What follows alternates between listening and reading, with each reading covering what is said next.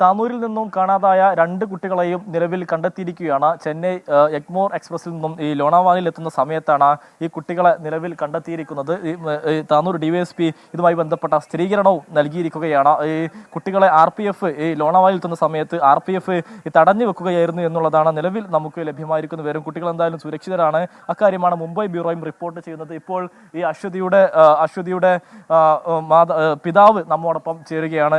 ഏറെ നേരത്തെ ശ്രമത്തിനൊടുവിൽ ആ കുട്ടികളെ അങ്ങനെ കണ്ടെത്തിയിരിക്കുകയാണല്ലേ? അയ്യോ, വളരെയധികം നന്ദിയുണ്ട്. ഇതിനോട് പ്രവർത്തിച്ചാൽ എന്താണെന്ന് പറയുന്നത് എനിക്കറിയില്ല. നമ്മൾ കണ്ടു കെട്ടിയതിൽ വളരെയധികം എനിക്ക് ഈ സാറുമാരോടും താനൂരിൽ ഏറ്റവും കൂടുതൽ സഹകരിച്ചല്ല നാട്ടുകാരും ഇവിടെ സാറുമാരും വളരെയധികം അവരെല്ലാം കഷ്ടപ്പെട്ട് അതിൻ്റെ കൂടെ പ്രവർത്തിച്ച എല്ലാവരോടും എനിക്ക് വളരെ നന്ദിയുണ്ട്. എത്രയും പെട്ടെന്ന് എൻ്റെ മോളൊന്നുകൊണ്ട് എത്തി കിട്ടിയാൽ മതി എന്നുള്ളത് എനിക്ക് ഇപ്പോൾ പറയാനുള്ളത്. മോളോട് സംസാരിച്ചോ? മോളോട് സംസാരിച്ചില്ല. എന്താണ് അളിയൻ്റെ ഫോണിൽ ഇങ്ങനെ കാണിച്ചിരുന്നപ്പോൾ മോളോട് വരാൻ വേണ്ടി ഞാൻ പറഞ്ഞിട്ടുണ്ട് മോളോട് വരാൻ. അച്ഛനൊന്നും ചെയ്യൊന്നും പറയില്ല മോളെ ഒന്നും വേണ്ട എത്തി കിട്ടിയാൽ മതി ഞാൻ പറഞ്ഞിട്ടുണ്ട് മോളോട്. ഭക്ഷണം കഴിച്ചിരുന്നോ? എന്ത് അറിയില്ല, മോള് കഴിച്ചോന്നൊന്നും അറിയില്ല. നിങ്ങൾ കഴിച്ചോ? ഞാൻ ഭക്ഷണം കഴിച്ചു. ഏതായാലും വളരെ സുരക്ഷിതമായി തന്നെയാണ് മോള്.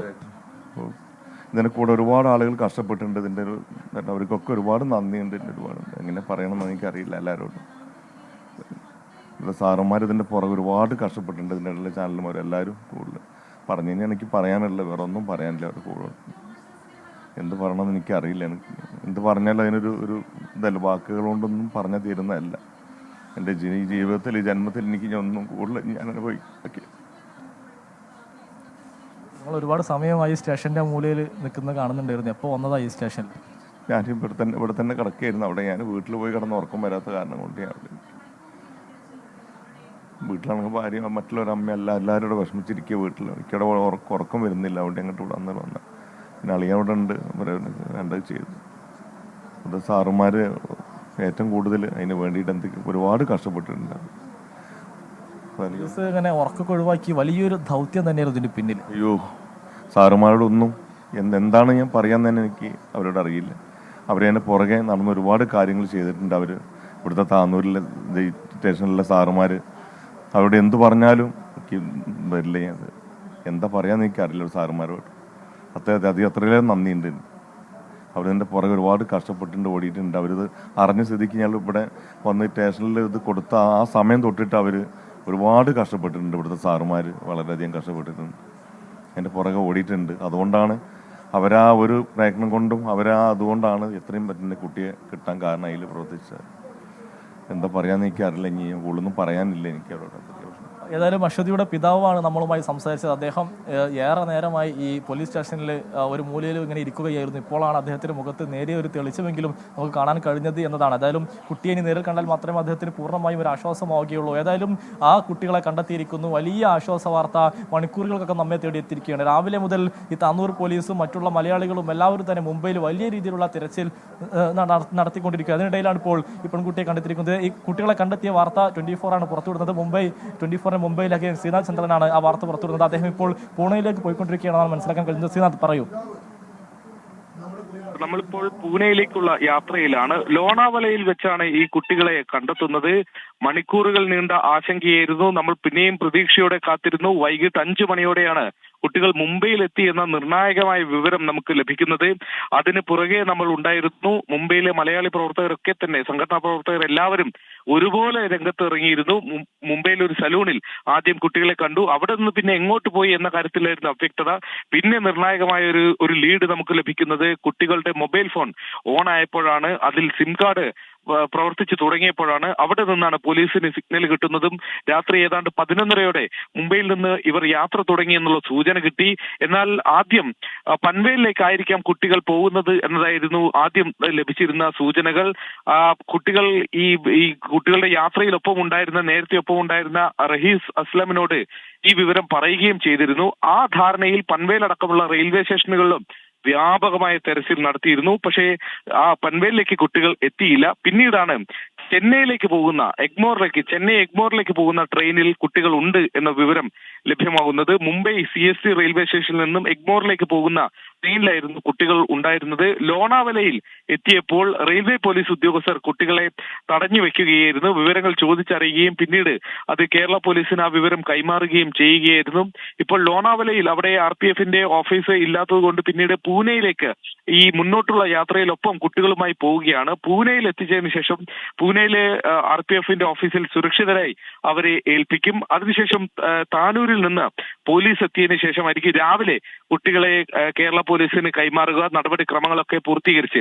ഏതായാലും കേരളത്തിൽ നിന്ന് ഈ മുംബൈയിലേക്കുള്ള യാത്രയിലൊപ്പം ഉണ്ടായിരുന്ന യുവാവ് ഇപ്പോൾ റോഹയിൽ, അതായത് അദ്ദേഹം ഈ വലിയ വിവാദമാവുകയും ഇത് വലിയ കേസായി മാറും എന്ന് ബോധ്യപ്പെട്ടതോടെ പിന്നീട് മുംബൈയിൽ വെച്ച് ഇവർ പിരിഞ്ഞിരുന്നു.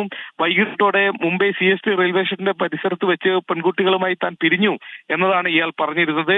പിന്നീട് രാത്രിയോടെയുള്ള ദാദറിൽ നിന്ന് തിരുനെൽവേലിക്ക് പോകുന്ന എക്സ്പ്രസ് ട്രെയിനിൽ ഇയാൾ കയറുകയും ചെയ്തു. പക്ഷേ റോഹയിൽ ഇയാൾ ഇപ്പോൾ ഇറങ്ങിയിട്ടുണ്ട് എന്നതാണ് മനസ്സിലാക്കുന്നത്. നാട്ടിലേക്ക് ഒറ്റയ്ക്ക് പോകാനുള്ള ഒരു സാഹചര്യം ഇപ്പോഴില്ല എന്നതാണ് അയാൾ ഇപ്പോൾ പറയുന്നത്. അതുകൊണ്ട് ഇപ്പോഴങ്ങനെ പോകാൻ കഴിയാത്തതുകൊണ്ട് തൽക്കാലം റോഹ സ്റ്റേഷനിൽ ഇപ്പോൾ അയാൾ ഇറങ്ങിയിട്ടുമുണ്ട്. ഇയാളെയും പോലീസ് കസ്റ്റഡിയിൽ. ശ്രീനാഥ് തുടരുക. ഇപ്പോൾ താനൂർ DYSPയുടെ പ്രതികരണം നമുക്ക് ലഭ്യമായിരിക്കുകയാണ്. താനൂർ DYSP പ്രമോദാണ് ഇതുമായി ബന്ധപ്പെട്ട ഒരു സ്ഥിരീകരണം നൽകുന്നത്. നമുക്ക് അതിലേക്ക് പോകാം. അതെ, വളരെ ശ്രമകരമായ ഫലത്തിനൊടുവിൽ കുട്ടികളെ കണ്ടെത്തി. കുട്ടികളോട് ഇപ്പോൾ സംസാരിച്ചു. അപ്പോൾ അവർക്ക് പേടിയുണ്ട്, ചീത്ത പറയും ഇങ്ങോട്ട് വന്നതൊക്കെ ചോദിച്ചാൽ കൗൺസിലിങ്ങും മറ്റു കാര്യങ്ങളൊക്കെ കൊടുക്കാൻ അവരെ ആശ്വസിപ്പിച്ചിട്ടുണ്ട്. എല്ലാവരും കൂടെ ശ്രമിച്ചു. പിന്നെ മലപ്പുറം സൈബർ സെല്ല് വഴി വളരെ പെട്ടെന്ന് തന്നെ SP സാറിൻ്റെ നേതൃത്വത്തിൽ താനൂർ തന്നെ സാറ് നേരിട്ട് വന്ന് കാര്യങ്ങളൊക്കെ നിരീക്ഷിച്ച് വേണ്ട നിർദ്ദേശങ്ങൾ തന്നു. അതിൻ്റെ ഫലമായിട്ട് വളരെ പെട്ടെന്ന് തന്നെ നമുക്ക് കണ്ടെത്താൻ പറ്റി. സുരക്ഷിതരാണ് അവർ. നമ്മൾ സംസാരിച്ചവരായിട്ട് അവരിപ്പോൾ ലോണാവാല റെയിൽവേ സ്റ്റേഷനിൽ നിന്ന് RPF കയറിയിട്ടുണ്ട്. ഇനിയിപ്പോൾ അടുത്ത് പൂനെയിലേക്ക് അവരെ കൊണ്ടുപോകും. പൂനെ RPFൻ്റെ ഓഫീസിലുണ്ടാവും. അപ്പോൾ നമ്മളെ സംഘം പുലർച്ചയ്ക്ക് നെടുമ്പാശ്ശേരി 6 മണിക്കുള്ള ഫ്ലൈറ്റിന് കയറും. അത് കയറിക്കഴിഞ്ഞാൽ അവരവിടെ 8:30 എത്തിക്കഴിഞ്ഞാൽ ഈ പറഞ്ഞ സ്ഥലത്തേക്ക് 4 മണിക്കൂർ യാത്ര ഉണ്ട്. 12 മണിയാകുമ്പോഴേക്കും നമ്മൾ കുട്ടികളെ കണ്ടെത്തും. നമ്മുടെ താനൂരിൽ നിന്ന് പോയുള്ള പോലീസ് സംഘമാണ് ഈ കുട്ടികളെ അങ്ങോട്ട്. അതെ, കുട്ടികൊണ്ട് കുട്ടികൾ എന്തെങ്കിലും കാരണങ്ങളോ മറ്റു ഇല്ല, ഇപ്പം അവരൊന്നും പറഞ്ഞിട്ടില്ല. അവർ പിന്നെ നമ്മൾ കണ്ടെത്തിയ സന്തോഷത്തിലും അതേസമയം വിഷമത്തിലുമാണ്. ഇനിയിപ്പോൾ വന്ന ചീത്ത പറയുന്നൊക്കെയുള്ള അത് നമുക്ക് പരിഹരിക്കാമെന്ന് പറഞ്ഞിട്ടുണ്ട്. അതെ, അത് നമ്മൾ അവരെ പരിഹരിക്കാമെന്ന് പറഞ്ഞിട്ടുണ്ട്. എന്തായാലും നമ്മളെല്ലാവരും പിന്നെ ഒരുമിച്ച് ഈ ഒരു വർക്ക് ചെയ്തതിന് ഫലം ഉണ്ടായി. നമ്മളിവിടുന്ന് എല്ലാ പിന്നെ SP സാറ് വന്നപ്പം തൊട്ട് നമ്മൾ മുംബൈ ACP സാറായിട്ട് സംസാരിച്ചിട്ട് പൂനെ കൺട്രോൾ റൂമൊക്കെ ആയിട്ട് തുടർച്ചയായിട്ട് സംസാരിച്ചുകൊണ്ടിരിക്കുകയായിരുന്നു. എല്ലാവരും ആ സമയം തൊട്ട് ഒരേ മനസ്സോടുകൂടി പ്രവർത്തിച്ചിട്ടുണ്ട്. അതിൻ്റെ ഫലമാണ്. താനൂർ പോലീസിന് വലിയൊരു ടീം വർക്ക് കൂടി പറയണല്ലോ. അല്ല, താനൂർ പോലീസ് എന്ന് പറയുമ്പോൾ നമ്മളെ മലപ്പുറം ജില്ലാ പോലീസ് മേധാവിയുടെ ഫുൾ നിയന്ത്രണത്തിലായിരുന്നു. അദ്ദേഹം തന്നെ നേരിട്ട് ഓഫീസിൽ വന്ന് നിർദ്ദേശങ്ങൾ തന്നു. എല്ലാം നമ്മുടെ ഒരു കൂട്ടായ വർക്കാണ്.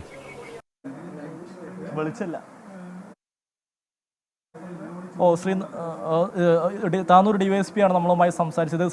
ശ്രീനാഥ് തുടരുന്നുണ്ട്. ശ്രീനാഥ്, എപ്പോഴായിരിക്കും ഈ പൂനെയിലേക്ക് ഈ കുട്ടികളെ എത്തിക്കുക? അതിന്റെ തുടർ നടപടികൾ എങ്ങനെയായിരിക്കും? സമീർ, ഈ ട്രെയിനിനകത്ത് വെച്ച് തന്നെയാണ് കുട്ടികളെ പോലീസ് കണ്ടെത്തുന്നത്, റെയിൽവേ പോലീസ് കണ്ടെത്തുന്നത്. ഈ ട്രെയിനിൽ തന്നെ മുന്നോട്ടുള്ള യാത്രയും അവർ ഇപ്പോൾ നടത്തുകയാണ്. അല്പസമയത്തിനകം തന്നെ പൂനെ റെയിൽവേ സ്റ്റേഷനിൽ അവരെത്തും. അതിനുശേഷം ഈ സ്റ്റേഷനിൽ ഇറങ്ങി അവിടെയുള്ള RPFന്റെ ഓഫീസിലേക്ക് കുട്ടികളെ കൂട്ടിക്കൊണ്ടുപോകും എന്നതാണ് പറയുന്നത്. ഇനിയിപ്പോൾ ശേഷിക്കുന്ന സമയം, രാത്രി സമയം, കുട്ടികൾ അവിടെ സുരക്ഷിതരായി തന്നെ ഉണ്ടാകും. പിന്നീട് രാവിലെ ഈ കേരളത്തിൽ നിന്നുള്ള താനൂർ പോലീസ് എത്തുന്നത് വരെ കുട്ടികളെ അവിടെ തന്നെ തുടരാനാണ് ഇപ്പോൾ തുടരും എന്നതാണ് നമുക്ക് ലഭിക്കുന്ന വിവരം.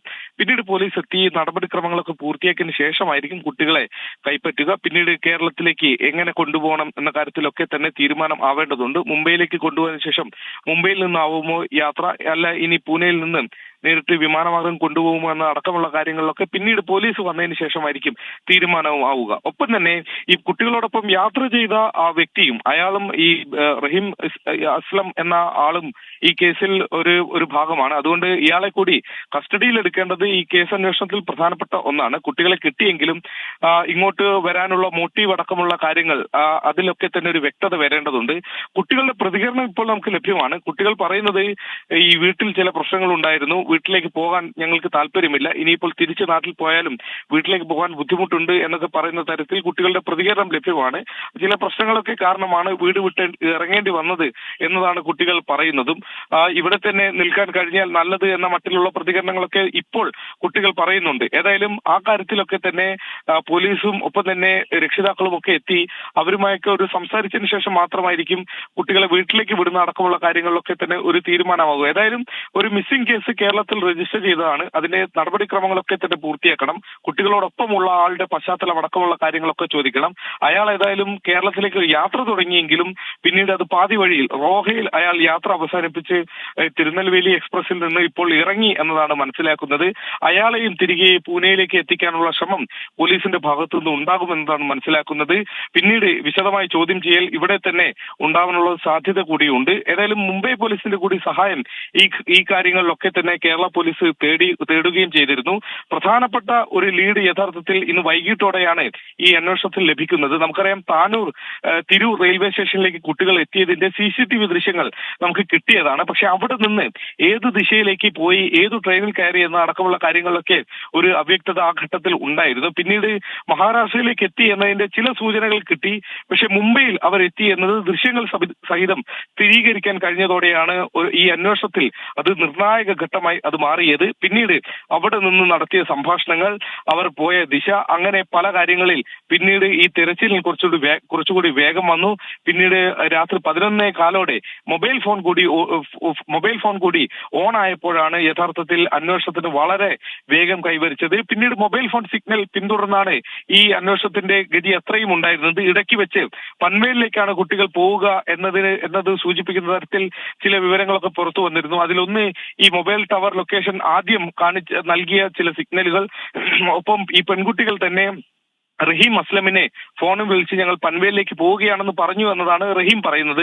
ആ വിവരം, അങ്ങനെ ചില വിവരങ്ങൾ കൂട്ടിച്ചേർത്ത് പൻവേലിലേക്കുള്ള ട്രെയിനിൽ കയറിയിരിക്കാം എന്ന് ഉള്ള ഒരു സൂചന ആ ഘട്ടത്തിൽ ലഭിച്ചു. അതിനെ തുടർന്നാണ് നിരവധി മലയാളികൾ പൻവേൽ റെയിൽവേ സ്റ്റേഷനിലടക്കം വ്യാപകമായി പരിശോധന നടത്തി. പക്ഷേ ഒരു ട്രെയിനിലും ഈ കുട്ടികൾ പൻവേലിലേക്ക് എത്തിയതില്ല. അങ്ങനെ വീണ്ടും ഒരിക്കൽ കൂടി ഒരു ആശങ്കയുടെ നിമിഷം ഉണ്ടായി എന്നത് സത്യമാണ്. പക്ഷേ അതിനധികം ആയുസ് ഉണ്ടായില്ല. വളരെ വേഗത്തിൽ തന്നെ കുട്ടികളെ ലോണാവാലയിൽ നിന്ന് പിടികൂടാൻ കഴിഞ്ഞു. അതായത് മുംബൈക്കും പൂനെയ്ക്കും ഇടയിലാണ് ലോണാവാല വരുന്നത്. മുംബൈയിൽ നിന്ന് പൂനെ വഴി പോകുന്ന ചെന്നൈ എഗ്മോർ എക്സ്പ്രസിലാണ് ഈ കുട്ടികൾ ഉണ്ടായിരുന്നത് എന്നതാണ് മനസ്സിലാക്കുന്നത്. അതുകൊണ്ട് ലോണാവാലയിൽ ഏതെങ്കിലും കുട്ടികളെ ഇപ്പോൾ ഇറക്കാൻ RPF ഉദ്ദേശിക്കുന്നില്ല. കാരണം അവിടെ അതിനുള്ള സൗകര്യങ്ങളോ ഓഫീസോ ഒന്നും തന്നെ ഇല്ല. അതുകൊണ്ട് പൂനെയിലേക്ക് ഇതേ വണ്ടിയിൽ തന്നെ, ഇതേ ട്രെയിനിൽ തന്നെ പൂനെയിലേക്ക് കുട്ടികളെ എത്തിച്ച് അവിടെ ഈ ശേഷിക്കുന്ന സമയം സുരക്ഷിതരായി വെക്കാനാണ് ഇപ്പോഴത്തെ ഒരു ധാരണ. ഏതായാലും വലിയ ആശങ്കയുണ്ടായിരുന്നു. കുട്ടികൾക്ക് ഏതെങ്കിലും തരത്തിലൊരു ആപത്ത് പറ്റാതിരിക്കാനുള്ള പ്രാർത്ഥന കേരളം ഒന്നടങ്കം നടത്തുകയായിരുന്നു. അതിന് വലിയൊരു പരിസമാപ്തി ഉണ്ടാവുന്നു എന്നത് കൂടി ശ്രദ്ധേയമാണ്. യാതൊരു തരത്തിലുള്ള അപകടമൊന്നും ഇതുവരെ കുട്ടികൾക്ക് ഉണ്ടായിട്ടില്ല എന്നതും വലിയ ആശ്വാസം, കുടുംബത്തെ സംബന്ധിച്ചിടത്തോളം വലിയ ആശ്വാസമാണ്. അതുകൊണ്ട് എത്രയും പെട്ടെന്ന് തന്നെ കുട്ടികളെ നാട്ടിലെത്തിക്കാനും വീട്ടുകാരുമായി ഈ പറഞ്ഞതുപോലെ എന്തെങ്കിലും തരത്തിലുള്ള പ്രശ്നങ്ങളൊക്കെ ഉണ്ടെങ്കിൽ അതൊക്കെ പറഞ്ഞ് മനസ്സിലാക്കി അത്തരത്തിലുള്ള നടപടികളൊക്കെ സ്വീകരിക്കേണ്ടതുണ്ട്. അതുകൊണ്ട് ഇനിയിപ്പോൾ കേരളത്തിൽ നിന്നുള്ള പോലീസ് വരുന്നതിനുള്ള ഒരു താമസമാണ്. അവരെത്തിയതിനു ശേഷം, താനൂരിൽ നിന്നുള്ള പോലീസ് എത്തിയതിനു ശേഷം മറ്റു നടപടിക്രമങ്ങൾ കൂടി വേഗത്തിൽ പൂർത്തിയാക്കാൻ കഴിയും എന്നതാണ് റെയിൽവേ പോലീസുമായി ബന്ധപ്പെടുമ്പോൾ മനസ്സിലാക്കാൻ കഴിയുന്നത്. സമീർ. മുംബൈയിൽ നിന്ന് ശ്രീനാഥാണ് വിവരങ്ങൾ നൽകിക്കൊണ്ടിരിക്കുന്നത്. ഇപ്പോൾ നമ്മൾ സ്ക്രീനിൽ കാണുന്നത് ഈ കുട്ടികളെ കണ്ടെത്തുന്ന സമയത്ത് RPF ട്രെയിനിൽ വെച്ച് പകർത്തിയ ദൃശ്യങ്ങളാണ്. ഇതാണ് ഈ കുട്ടികളെ കണ്ടെത്തിയതിന് തെളിവായി നമുക്ക് ലഭ്യമായിരിക്കുന്ന ഒരു ദൃശ്യം എന്ന് പറയുന്നത്. നമ്മൾ അത് മുഖം മാസ്ക് ചെയ്താണ് നൽകുന്നത്. ഇനി അത്തരം ഒരു ദൃശ്യം പ്രചരിക്കേണ്ട കാര്യമില്ല. കാരണം കുട്ടികളെ നമുക്ക് ലഭിച്ചു കഴിഞ്ഞിരിക്കുന്നു. കുട്ടികളെ കണ്ടെത്താൻ വേണ്ടിയാണ് ഇത്രയും ദൃശ്യങ്ങളൊക്കെ തന്നെ നമ്മൾ ഇത്രയും നൽകിക്കൊണ്ടിരുന്നത്. എന്തായാലും നിലവിൽ കുട്ടികളെ ലഭിച്ചിരിക്കുന്നു. അതിൻ്റെ ഏറ്റവും പുതിയ ഒരു ദൃശ്യമാണ് നമ്മൾ ഇപ്പോൾ നൽകുന്നത്. ശ്രീനാഥ് തുടരുന്നുണ്ട്. ഈ ശ്രീനാഥ് മനസ്സിലാക്കുന്നത് താനൂരിൽ നിന്നുള്ള പോലീസ് സംഘം അങ്ങോട്ടേക്ക് പുറപ്പെട്ടു കഴിഞ്ഞു എന്നുള്ളതാണ്. എപ്പോഴായിരിക്കും ഈ ട്രെയിൻ പൂനെയിൽ എത്തുക? ഈ താനൂരിൽ നിന്നുള്ള സംഘം എപ്പോഴായിരിക്കും എത്തുക? ശ്രീനാഥ്.